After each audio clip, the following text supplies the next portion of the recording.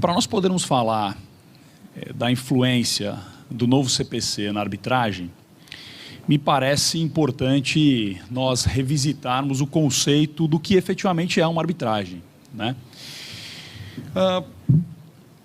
Regulamentada no Brasil a partir da Lei 9307 de 96, a arbitragem pode ser definida como um meio de resolução de conflitos por meio do qual renuncia-se a um direito de submeter o mérito de uma determinada disputa que já exista ou que possa vir a existir no futuro a um tribunal formado a partir da indicação de especialistas para julgarem o caso.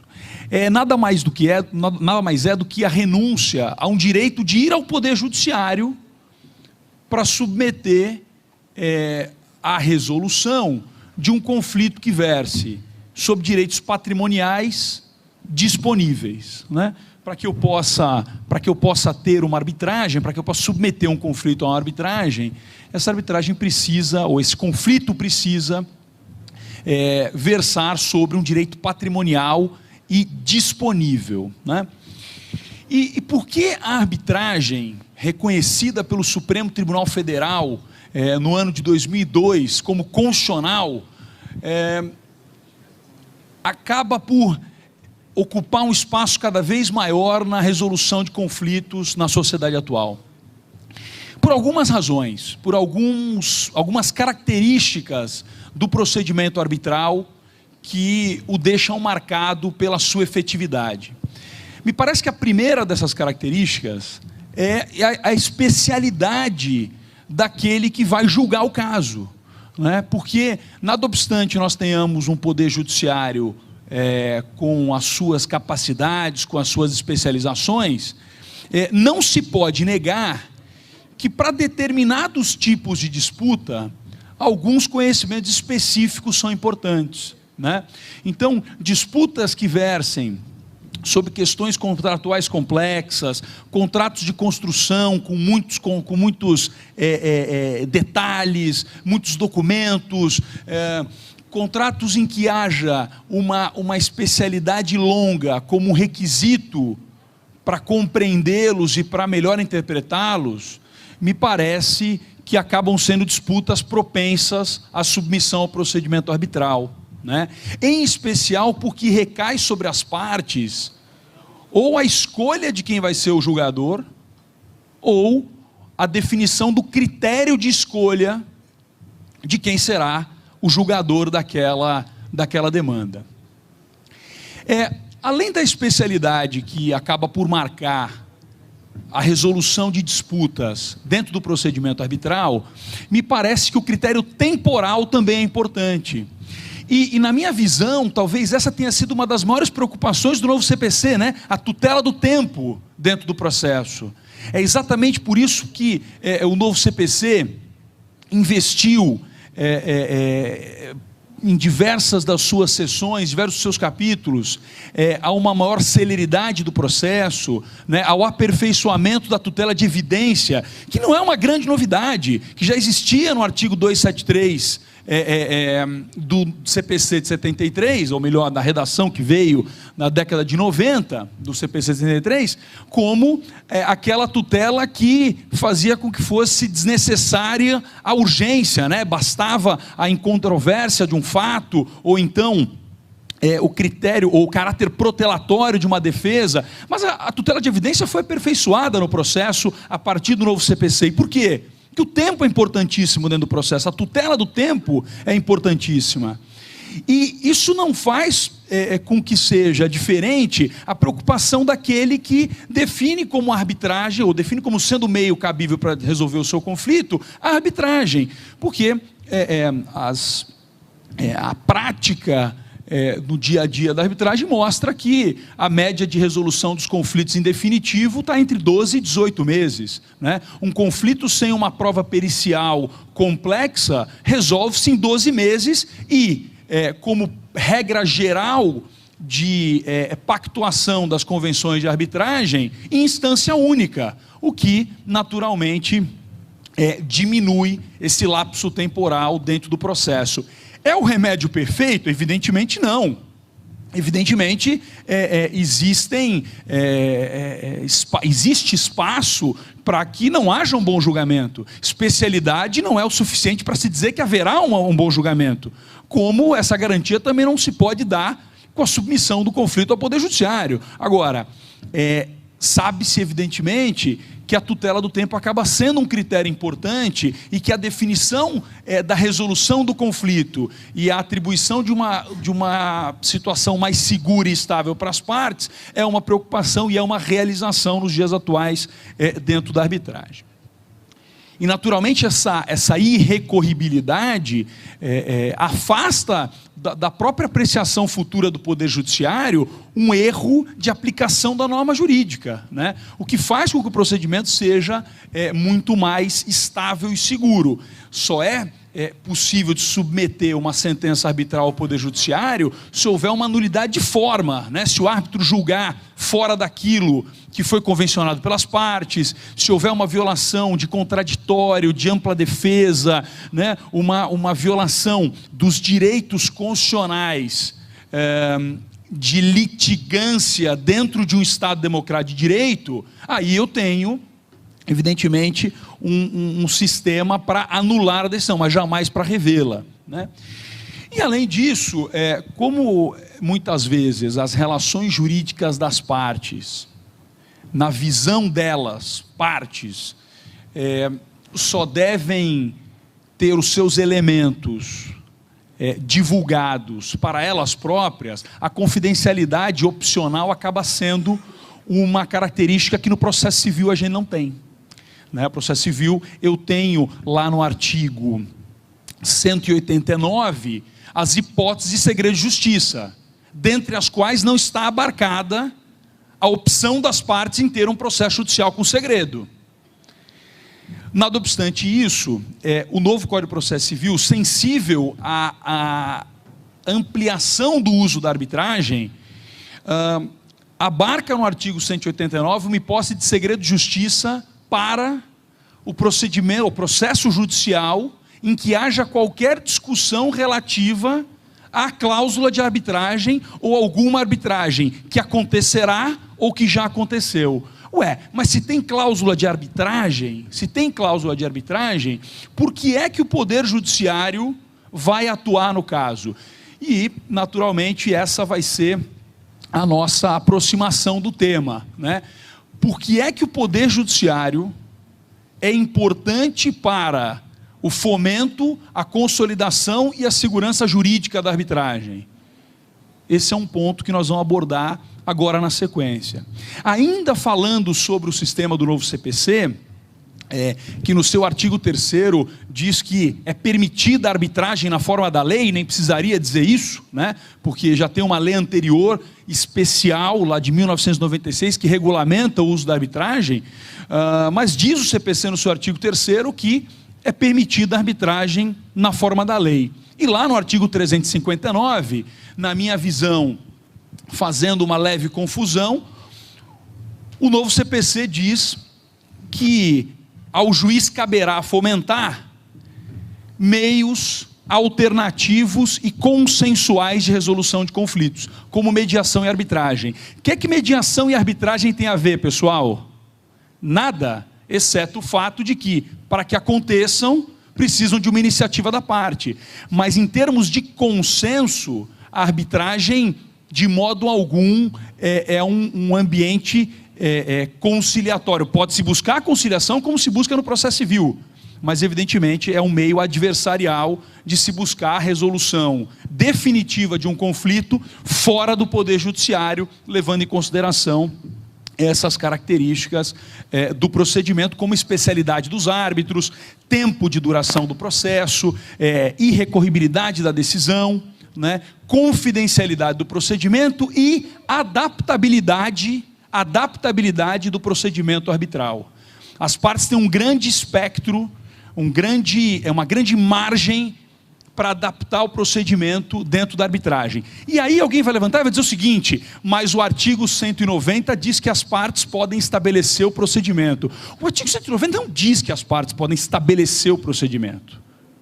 O artigo 190 diz que as partes podem fazer ajustes procedimentais.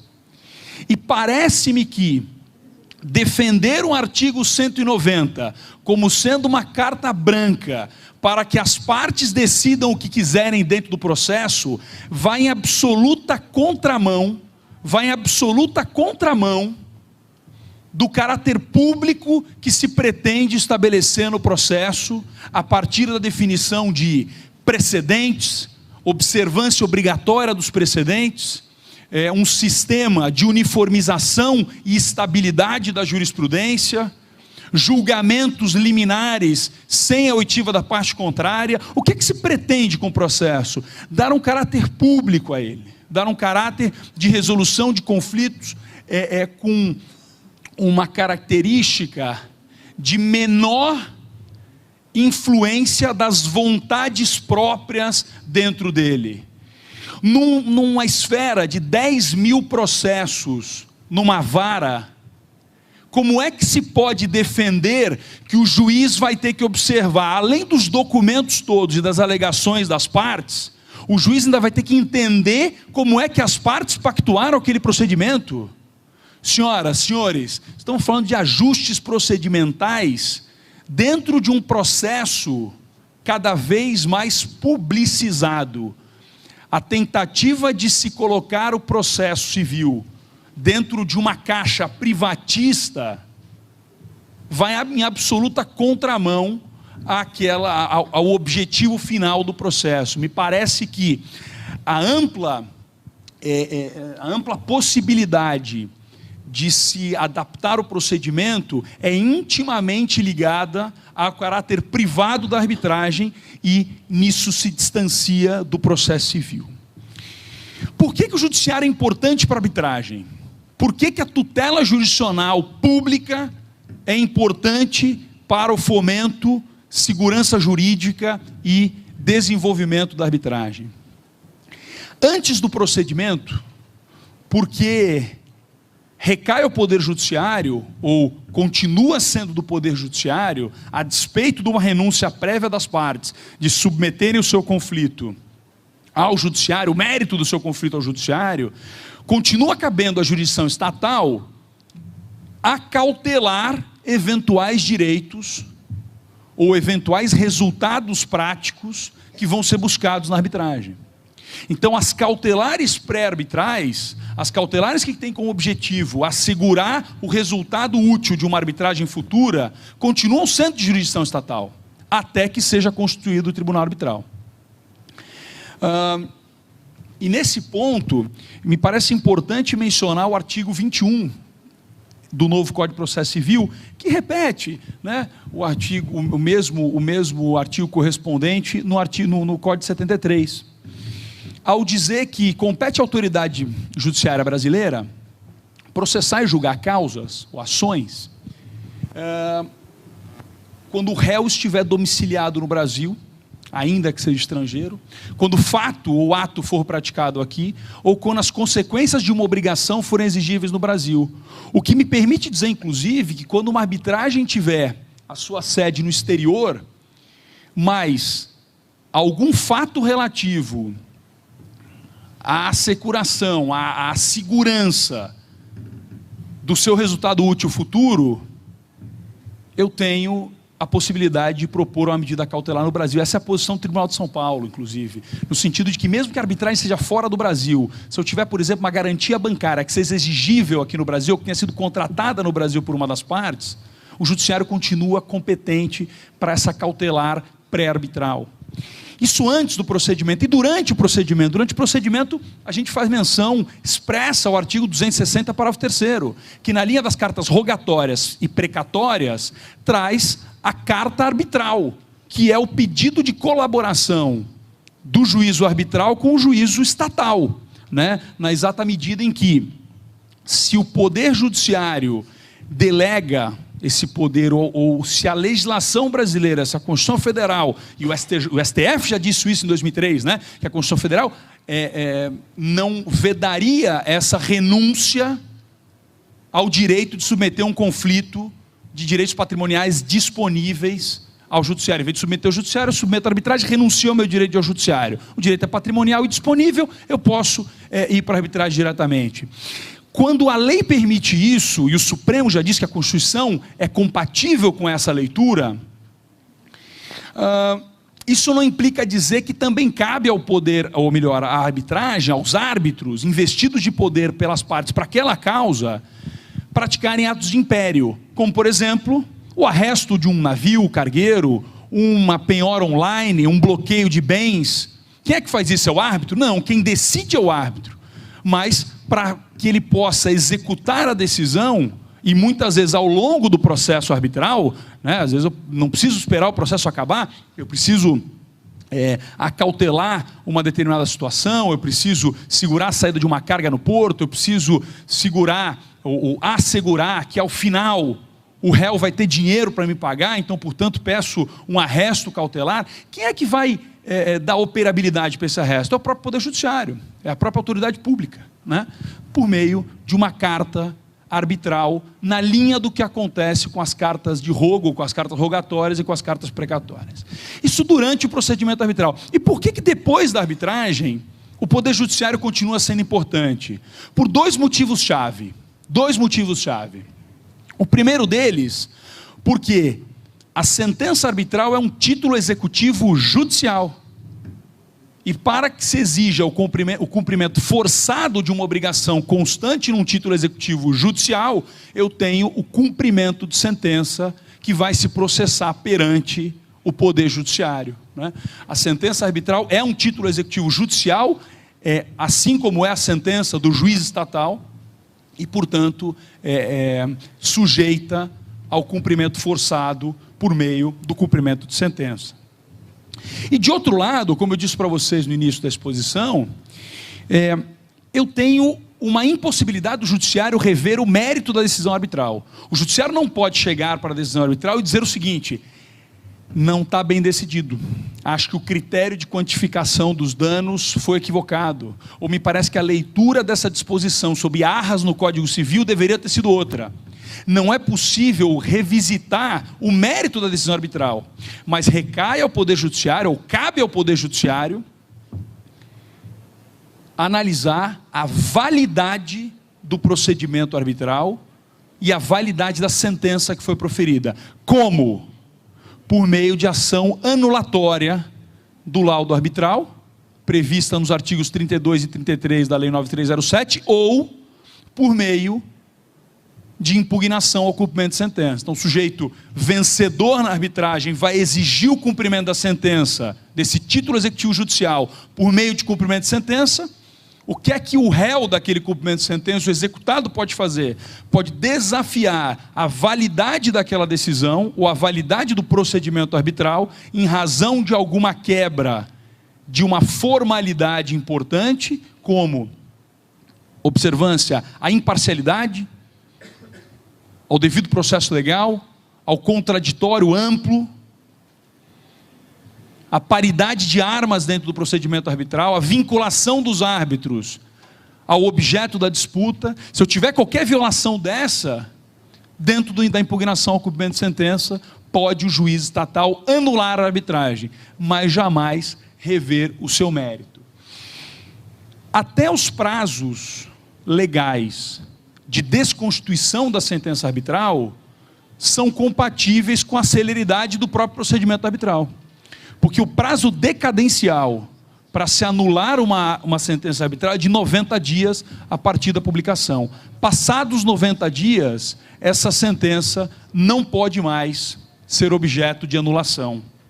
E a minha posição é no sentido de que, passados 90 dias, tanto para anulatória como para a impugnação ao cumprimento de sentença. Não é possível se aguardar uma impugnação ao cumprimento de sentença contra um cumprimento de sentença que comece 90 dias depois para se pleitear uma nulidade. Se a parte perdedora entende que há uma nulidade naquela arbitragem, recai sobre ela parte perdedora e que se vê prejudicada, ajuizar dentro de 90 dias uma ação anulatória do artigo 32 e 33 da Lei de Arbitragem, da Lei 9307, para que se desconstitua esse título executivo judicial. Me parece que a arbitragem exerce hoje uma função importantíssima, não só para atender uma demanda específica de especialização dentro dos casos, uma demanda específica de dedicação a uma prova complexa que não é possível de ser atendida hoje pelo Poder Judiciário. Não por uma incapacidade pessoal daqueles que estão no Judiciário, mas porque o dia a dia faz com que seja impossível a um juiz ter uma audiência de 5 dias para ouvir 10 testemunhas por 2 horas cada uma. Agora, se eu tiver um problema que demande esse tipo de aprofundamento no caso, certamente a arbitragem não aparece só como meio alternativo de resolução de conflito, mas como meio adequado à resolução daquele conflito especificamente.